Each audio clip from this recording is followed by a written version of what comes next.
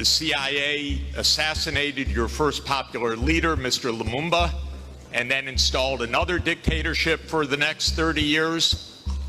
And then Glencore and others now suck out your cobalt without giving you tax income. We don't reflect on that. We say, what's wrong with you? Why don't you govern properly? It's interesting, we heard from the minister of DRC, what's wrong with your country? Well, we don't even start by saying the King of Belgium created a slave colony for 30 years. The government of Belgium ran the slave colony for another 40 years. The CIA assassinated your first popular leader, Mr. Lumumba, and then installed another dictatorship for the next 30 years. And then Glencore and others now suck out your cobalt without giving you tax income. We don't reflect on that. We say, what's wrong with you? Why don't you govern properly? And so we have a system, but we need a different system. We cannot turn this over to the private sector. We already did about 100 years ago.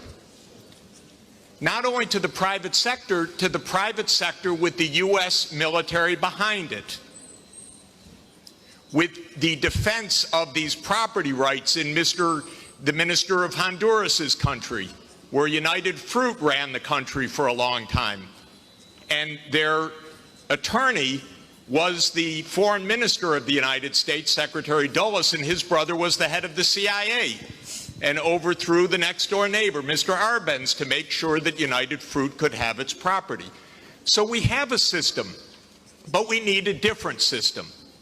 And the different system has to be based on principles of human dignity in the Universal Declaration, principles of sovereignty, principles of economic rights, because these are not nice things to do. In 1948, all the government said that food is a right, social protection is a right, not a nice thing, not a pleasant thing, a right. That was 73 years ago.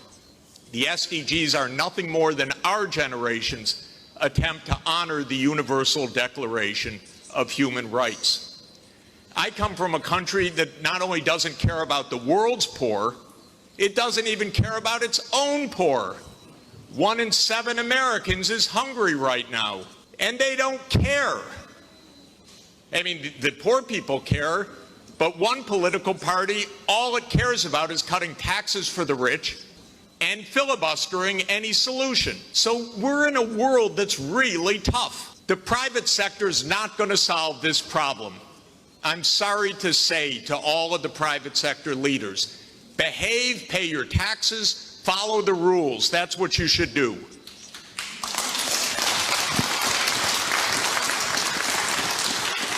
And what the governments should do is the following.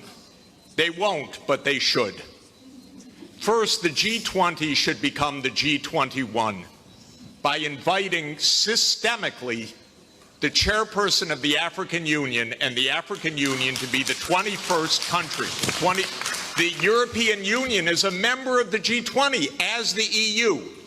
If you add the AU as the 21st for the G21, you add 1.4 billion people to representation at that crucial event. That will change decisively the discussion, because 1.4 billion people are not at the table for finance right now, and they need to be. So my first recommendation is the G21. I love the G20. Add one seat, 1.4 billion people with the AU represented. Second, we need an order of magnitude change of development finance. The rich countries just borrowed $17 trillion for COVID. The poor countries, nothing. Because the rich countries can borrow at 0, and the poor countries pay 5 or 10% coupon rates or have no access at all. So the world exposed its grotesque inequality this past year and a half. Rich countries didn't say, we tighten our belts, why don't you? My country spent $7 trillion of emergency funding, not one penny for anybody else, by the way.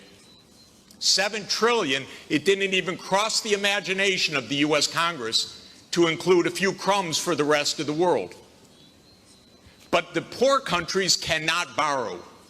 That's what we should have heard from the World Bank. I didn't hear that from the World Bank. I didn't hear real numbers. Real numbers are in trillions right now because the world economy is $100 trillion a year. But we don't talk about real numbers. But my job, all I know in this world is long division.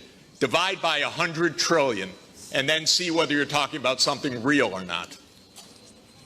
By the way, for COVID vaccines, what we really need is for the United States to sit down with China, with Russia, with the European Union and the UK one day around the table and allocate these vaccines rather than hoarding them.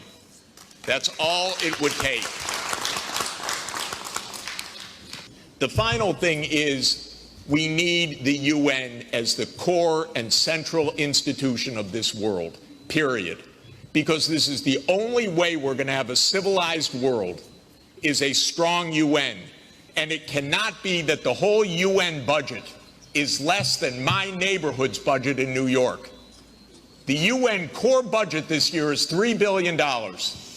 New York City's budget is $100 billion. And then we say, why don't things work well? Because the rich are hoarding everything. Final point, rather than our 3 billionaires going in space, well, they could go into space and stay there and leave their money behind. That would be one idea. But another idea is we have 2,775 billionaires on the current list. Their combined net worth, 2,700, is $13.1 trillion. Now, I have it on good authority, you don't need more than $1 billion to be comfortable. But they have an excess of $11 trillion over just the $1 billion. So we should be taxing that and having a civilized world. Thank you. Jeffery Sachs. This was Jeffery Sachs setting the tone.